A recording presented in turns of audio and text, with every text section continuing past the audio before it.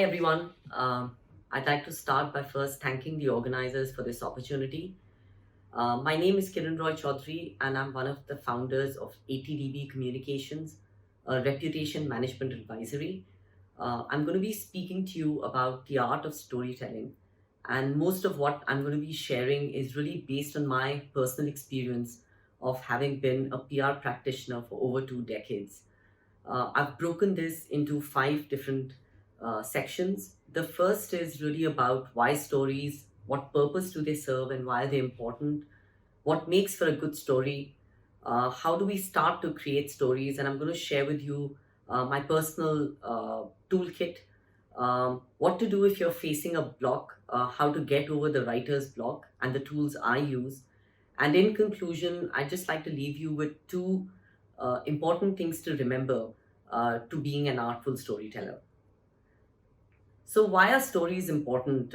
Stories, as you'd all agree, have been around for time immemorial. And when we tell a story, we're really sparking a connection.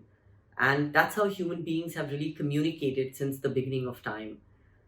We are, as human beings, automatically drawn to stories because we see ourselves reflected in them. And by interpreting the meaning in stories, we do understand ourselves better.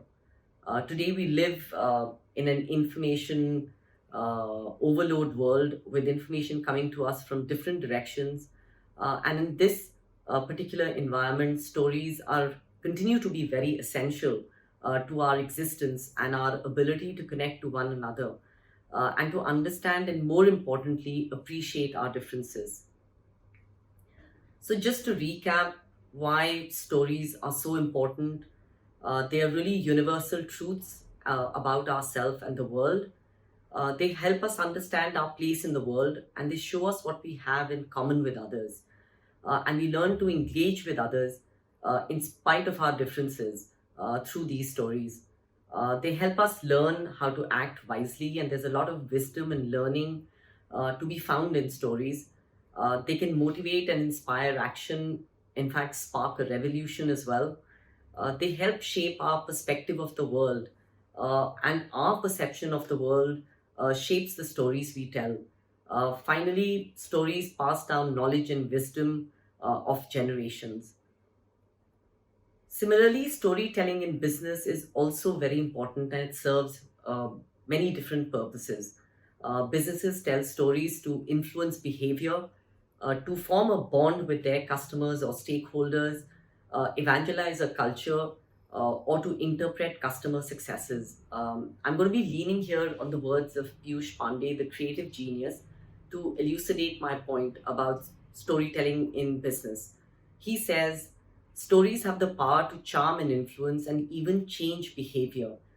It is stories that turn products into brands.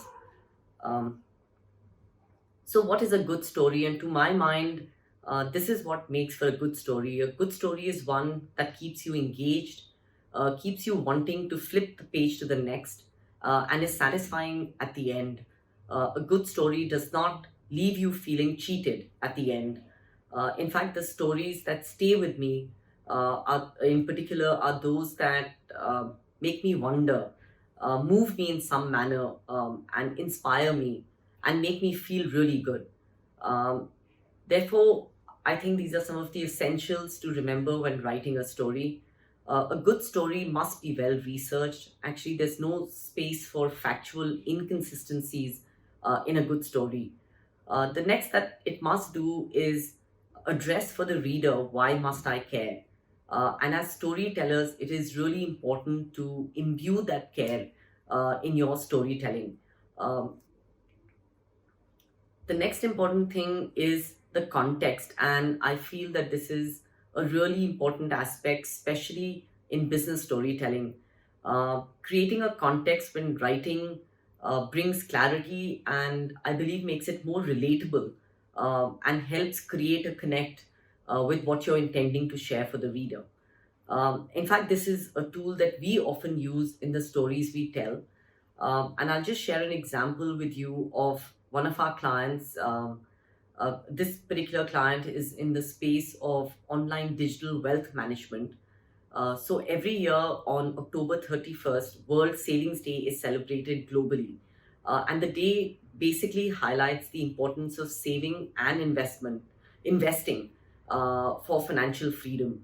So year after year, we've conducted a survey on this particular day for our client to really understand where Indians stand in terms of saving and investment, and we've used the insights from what we found to not only highlight the status of savings and investment among Indians, but used it to educate and to urge users to start to save and to invest to be more financially resilient. In fact, I remember from many years ago, I had used the example of the Trojan horse to explain how a computer virus works, and this was almost 20 years ago. And this particular story got a great reception. In retrospect, I think the reason why it resonated was because of its simplicity, and by using the analogy of the Trojan horse to explain how a computer virus works is what made the concept come alive. So, what to do to start out? And here are some things I do personally, which I think really help. The first thing is research. Anytime that I'm faced with a new project, I go and do a lot of research around it. I look at a lot of material that I can read.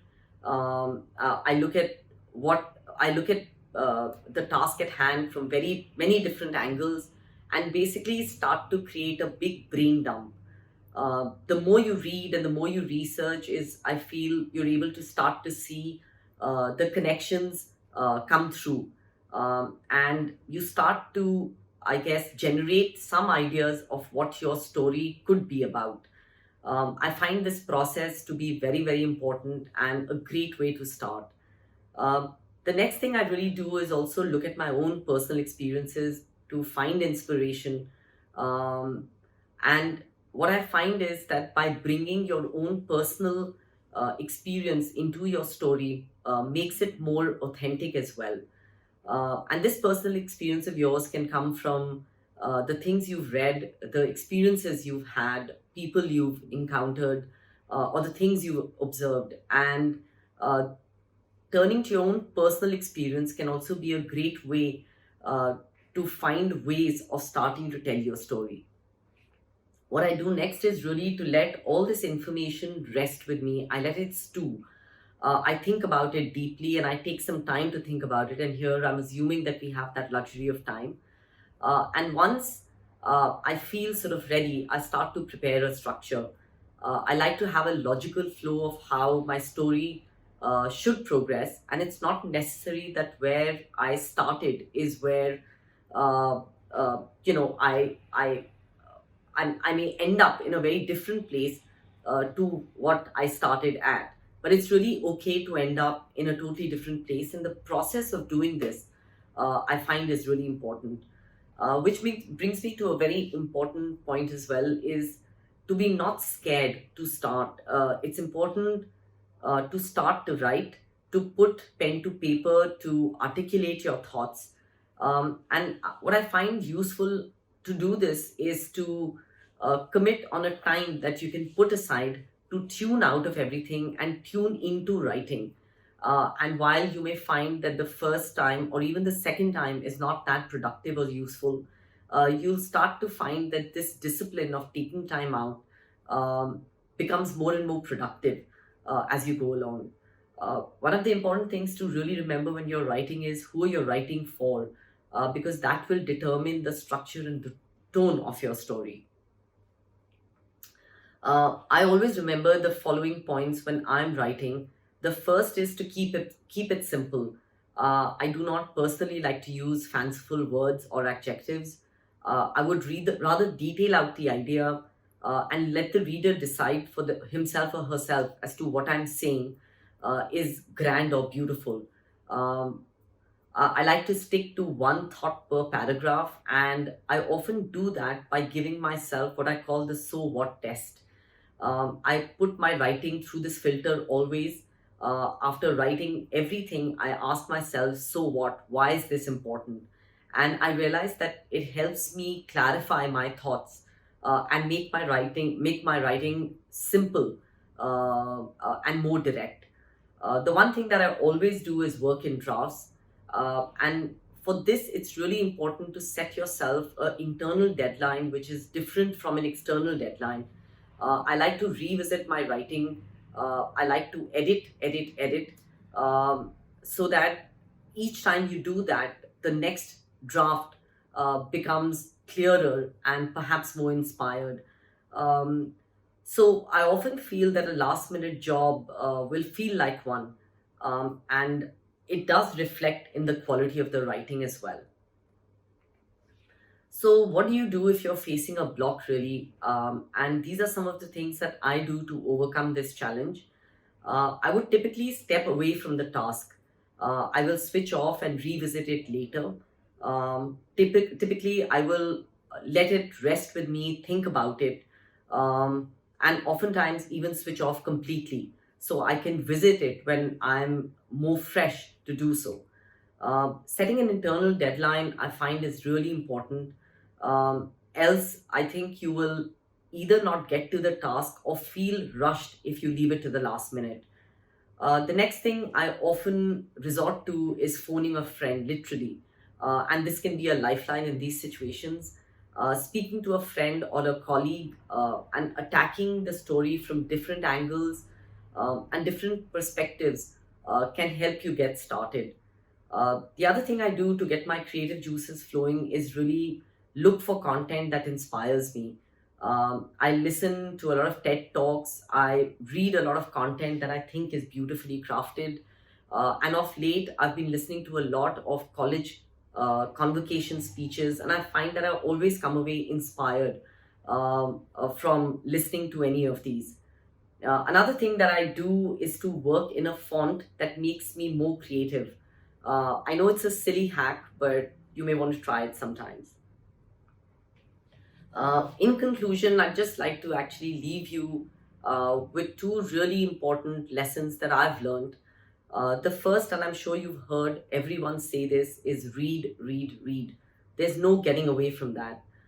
Especially as PR practitioners, you need to be aware of what's going on in the world and locally around you. And this is absolutely essential to also helping build that context in your storytelling.